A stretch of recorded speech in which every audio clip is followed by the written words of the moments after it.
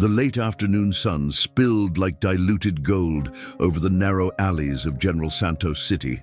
The heat had softened, but it still lingered, clinging to the tin rooftops and concrete walls, making the air thick and the shadows long. In the neighborhood known simply as Zone 3, life moved slow and heavy. Dogs barked from behind wire fences. Laundry hung limply on drooping lines. The street vendors had started packing up, their voices hoarse from hours of calling out prices, their eyes already distant, thinking about what would be on their own plates that night, if anything. Behind the rusting gates of a community center painted in chipped shades of green and white, something unusual was happening. A small crowd had gathered, buzzing with a nervous energy. Whispers moved from one mouth to the next like wildfire. Manny Pacquiao is coming. The name alone was enough to make people straighten their backs, fix their hair, wipe their children's faces with damp cloths. For the people of this city, Manny wasn't just a boxer. He was the myth made flesh, the kid from nothing who became everything.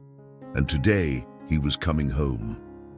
Among the people waiting outside, standing by himself with his arms wrapped tightly around his stomach, was a boy no older than 8. His name was Emil. His shirt was 2 sizes too big, stained and faded to a dull gray. His shorts were held up by a piece of rope. His feet were bare, calloused. He had the kind of eyes that didn't match the rest of his face, too wide, too alert, like he was always waiting for something to go wrong. He wasn't there because of the crowd or the legend. He didn't really know who Manny Pacquiao was, not beyond the vague idea that he punched people on TV and made grown men cheer. Emil didn't care about fame. He cared about food. And he'd overheard really, that they'd be serving something at the center. Maybe rice, maybe meat, maybe something hot. Anything would do. He had spent the morning wandering the wet market, offering to carry bags or pick up trash for a few pesos.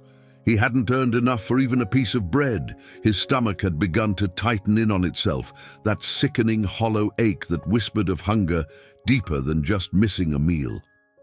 By noon, he had stopped looking for money.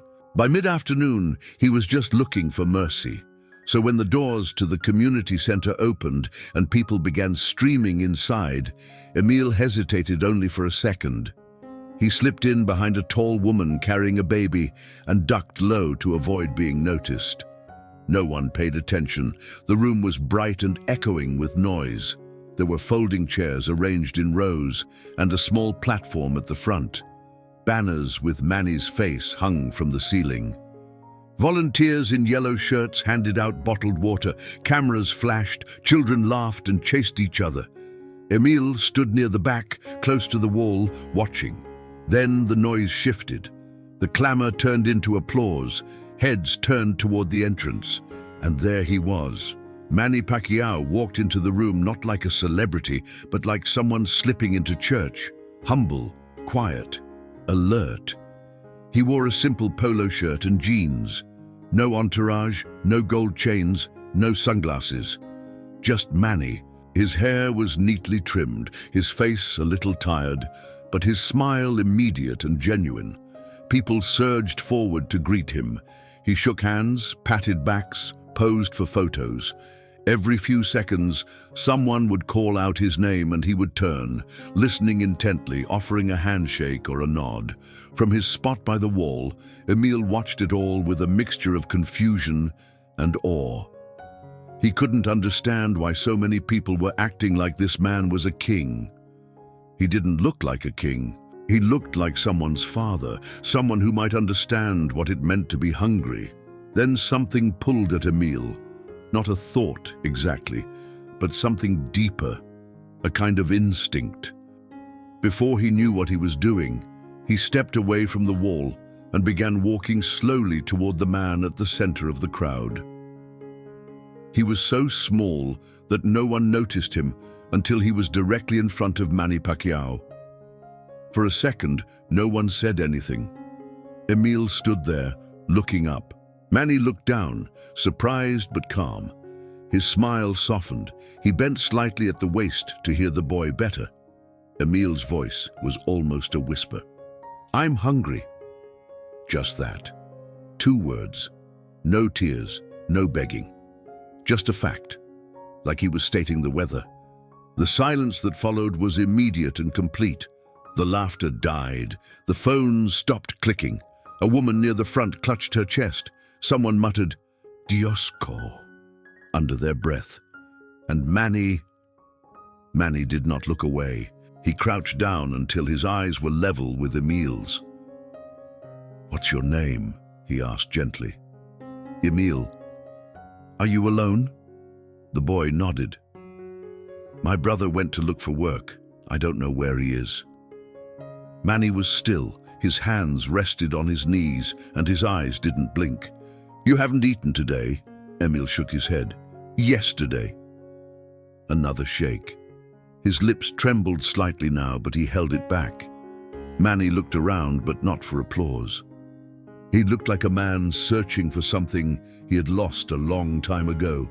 Then he stood, placed a hand lightly on the boy's shoulder and said, "Come, eat with me." He didn't say it like an offer. He said it like a command wrapped in kindness. The kind of statement that builds bridges and mends holes in hearts. The crowd parted as Manny led Emil by the hand toward the kitchen in the back of the center. The boy didn't speak, but he didn't let go either. The cameras were back up now, but Manny didn't look at them. He only looked at the boy, and the boy only looked at the floor. Inside the kitchen, Manny motioned for 2 plates. The volunteers scrambled to prepare them.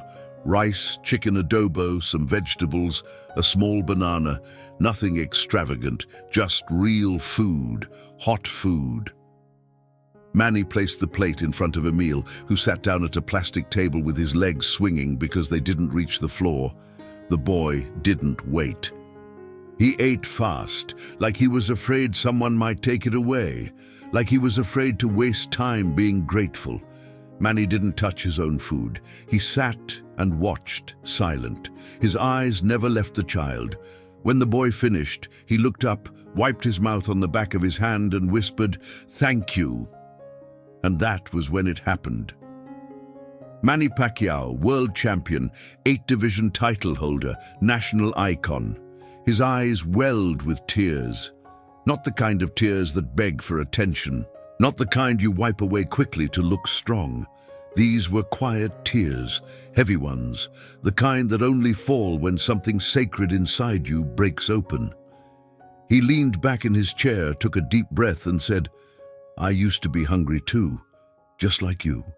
I promised myself that if I ever made it out, I would never forget. But I did forget, Emil. I forgot, until today." The boy didn't understand all the words, but he understood the tone, the sincerity, the ache. And then, without thinking, without asking, Emil stood up, stepped forward and wrapped his thin arms around Manny's waist. The room froze.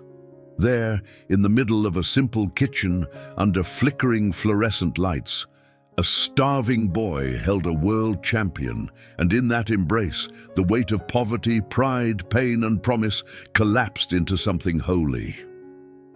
Manny knelt again and hugged him back, and everyone watching cried. By the time the sun dipped behind the rooftops and the crickets began their nightly chorus, the story of the hungry boy and the boxing legend had already begun to ripple beyond the walls of the community center. Someone had recorded the moment, a shaky, vertical video of Emil wrapping his arms around Manny Pacquiao's waist, of Manny kneeling, overcome. It hit social media before Manny even left the building. But inside, none of that mattered. Manny didn't know or care that the clip was going viral. He wasn't thinking about optics or headlines or legacy. He was still sitting beside Emil, who was now quiet, drowsy, his stomach full for the first time in days. A volunteer brought the boy a bottle of water and a second banana, which he held carefully in his lap like something precious, unsure if he should eat it now or save it for later. "Do you live far from here?" Manny asked, his voice low. Emil looked down, then pointed vaguely over his shoulder, behind the wall, near the bridge. "Do you have parents?" "No," the boy said simply. "Just my kuya. He left 2 days ago. Said he'd find something. I waited." Manny paused. The boy's words were not dramatic. There was no plea for help in his tone, just facts, hardened by repetition, normalized by need. It was the kind of poverty that doesn't cry out because it knows no one's really listening.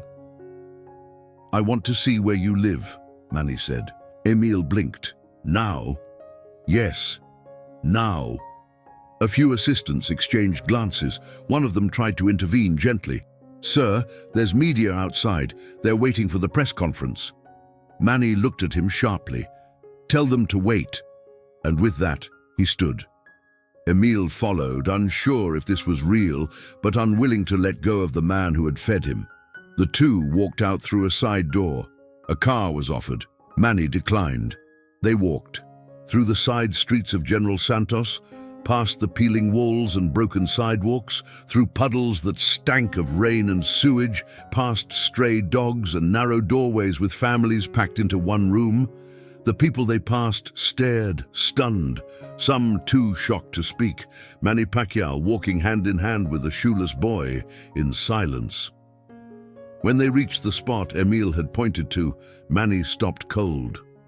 It was not a house. It wasn't even a shelter.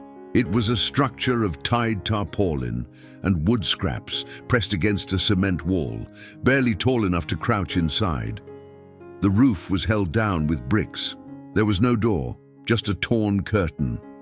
Inside, a flattened cardboard box served as a bed. A cracked bowl sat in the corner, empty. A tiny plastic bottle of cloudy water stood beside it. Manny didn't speak. He knelt down, moved the curtain aside, and crawled in. He sat there, cross-legged on the cardboard, silent. He touched the wall, the floor. His eyes scanned every inch. "This is where you sleep?" he asked softly. "Yes." "And your brother?" "He hasn't come back." I waited. Manny stayed quiet for a long time. He wasn't just seeing poverty. He was revisiting it. He had slept on floors like this. He had begged. He had starved. But now, sitting here, he wasn't a boy anymore. He was a man with power, with wealth, with voice. And he felt ashamed. Because somewhere along the path of becoming a hero, he had stopped looking behind him.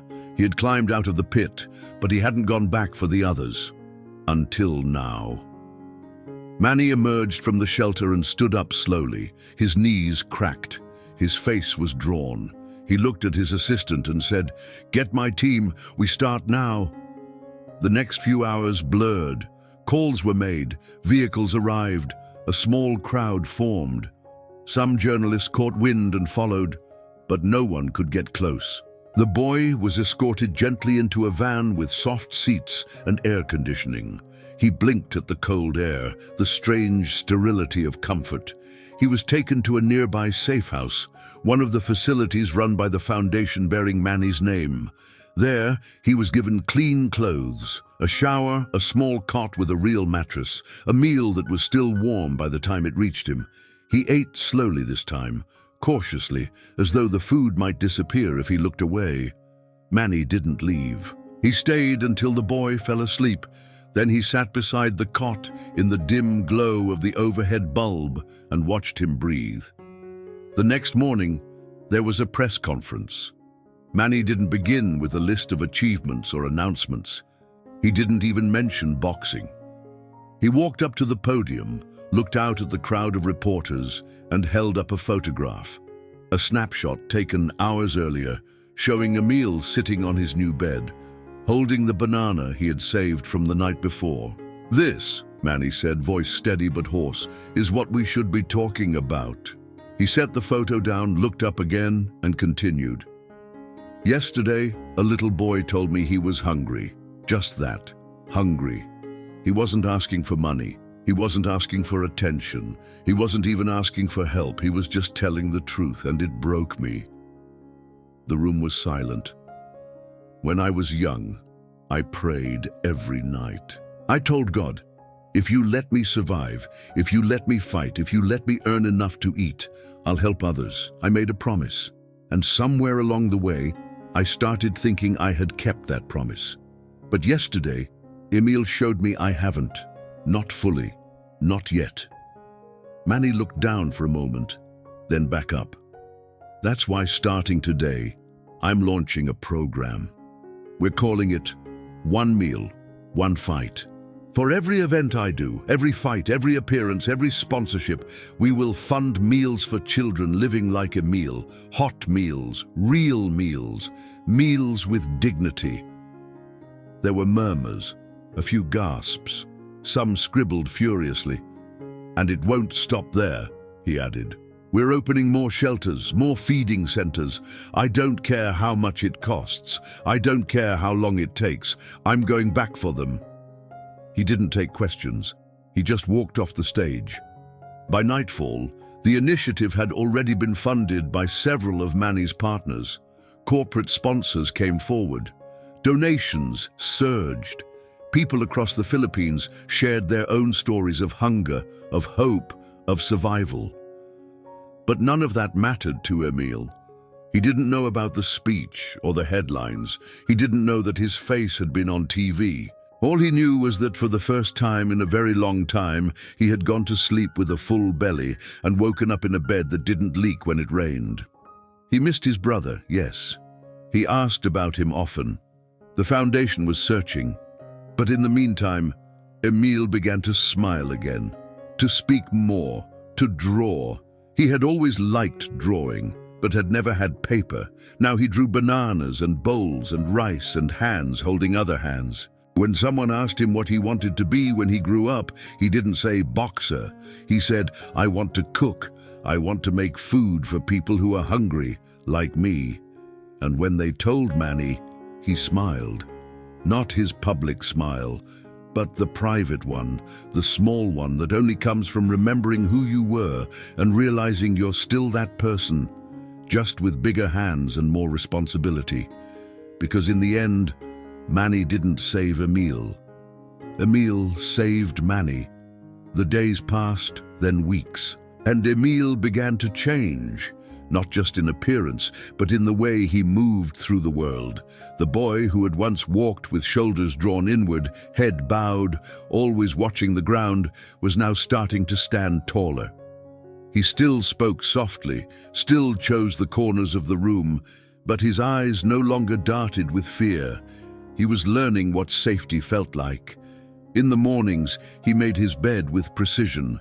He ate his breakfast in quiet gratitude, and then he drew, page after page. Crayons and pencils danced across sheets of donated paper. His pictures were simple but vivid. Pots of food, long tables surrounded by smiling stick figures, the outline of a banana in a boy's hand. Always food, always warmth. One day, one of the volunteers asked him, "Why always food, Emil?" The boy paused, then answered with the clarity only children possess. Because when you're hungry, food is the only dream. And though the volunteer nodded and smiled, those words went deeper than she expected. Later that evening, she shared them with Manny. He didn't respond right away. He just stared at the table. Then finally he said, "I want to show him something." That weekend, they brought Emil to a different part of the city. It wasn't far, but to the boy, it felt like another world. The buildings were newer, the streets wider. There was even grass. Not much, but enough to shock him. He looked out the window of the van, wide-eyed, silent. They stopped in front of a modest building with glass doors and a clean sign that read, Pacquiao Foundation Community Kitchen Number 1. Inside, volunteers moved with purpose, some preparing rice, others chopping vegetables, ladling soup, stacking trays. The place smelled of garlic, soy, warmth. But more than that, it smelled of home. Manny led Emil inside, gently placing a hand on his back as they entered. "This is yours," he said. Emil looked up, confused. "I don't understand." Manny knelt beside him. "This kitchen was built because of you. The day you told me you were hungry, I remembered who I was, what I came from. I made a promise. This is me keeping it. Every day, hundreds of kids will eat here, kids just like you." The boy looked around, eyes huge. "They won't be hungry anymore?" Manny shook his head. "Not if I can help it. And you, someday, when you're ready, you'll help too." Emil didn't answer. He just walked forward slowly until he stood behind the counter. He placed his small hands on the edge, watching the trays being filled, the food steaming, the volunteers moving. He didn't speak, but he didn't have to. Something had planted itself in him, a seed of purpose, and it was beginning to grow. Over the next few months, Emil remained at the safe house, attending school for the first time in his life. He struggled at first. The alphabet was confusing, the numbers slippery, but he tried every day, and his teachers noticed he was quiet but relentless, curious. When asked to write about his dream, he drew a long table with many bowls and wrote, "To feed everyone who is hungry before they go to sleep." Meanwhile, Manny kept his promise. The One Meal, One Fight program grew. For every professional event, press appearance or sponsorship, a portion of the funds went directly into the community kitchens. They began popping up in Davao, Cebu, Manila. By the end of the year, there were 10, then 20. But it wasn't just the money, it was the message. The story of Emil, the hungry boy who asked for nothing but told the truth, spread across the country. Talk shows discussed it. Journalists followed up. Influencers reposted the original video, now seen by millions. But more importantly, it inspired action. Small restaurants began leaving meals outside for street kids at closing time. Schools created silent hunger boxes, places where students could ask for food without shame. A baker in Taguig started offering free pandesal every morning to any child who came by. His sign read, "For the Emils among us." But for Manny, it was never about virality, it was about permanence. So he took Emil with him one day to the Senate floor. The boy wore a small white shirt tucked into second-hand jeans, his hair carefully combed, his eyes wide with confusion. He had no idea what the place was or why cameras were flashing, but he held Manny's hand tightly. The senator stepped up to the podium, looked out over the chamber, and held up a photo. It was Emil, on the day they met, holding a plate of food, eyes hollow but focused. "This is why I'm here," Manny began. "Not to argue, not to politic, to remind you that this is the Philippines we are failing to see." He told them everything. About the hunger that still choked the alleys of cities, the kids slipping through the cracks, the broken promise of progress. "We like to talk about how far we've come, but look at this face. Tell me we've come far enough." Some senators looked away. Others were moved. One wept. Manny didn't ask for donations. He asked for awareness, for commitment, for structural change. By the time he stepped down, Emil was asleep on the bench behind him, head resting against a folded jacket. It didn't matter. His presence had already said enough. Back at the foundation, life carried on. Emil found his brother. The reunion was quiet, emotional but not dramatic. His brother, leaner and rougher, had been searching too. He broke down when he saw Emil, healthy, clean and fed. "I thought I lost you," he whispered. "You didn't," Emil said. "Manny found me." They stayed together from that day forward, supported by the foundation. His brother joined the staff at one of the kitchens, cooking and serving side by side with volunteers. Emil helped after school, peeling vegetables, washing rice, stacking chairs. He never stopped drawing. One of his sketches, of Manny holding his hand in front of a steaming bowl, was framed and hung in the main office of the foundation. Under it, a small plaque read, "To feed someone is to see them. And when you see them, you remember who you are." Years later, Emil would become a chef, not in a restaurant, but in a school-run canteen that provided free meals to students from impoverished neighborhoods. He wore a white apron with patches sewn into the front, each one stitched by a child he had fed. When asked once by a journalist why he never pursued fine dining or television shows, Emile shrugged and smiled. "Because I was never hungry for fame. I was just hungry." The room fell silent. And in another corner of the country, watching that clip play on his phone, Manny Pacquiao smiled. He had fought champions, he had lifted belts, he had stood in sold-out arenas under spotlights and thunder. But in the quiet moments, when he thought about legacy, he didn't remember the knockouts.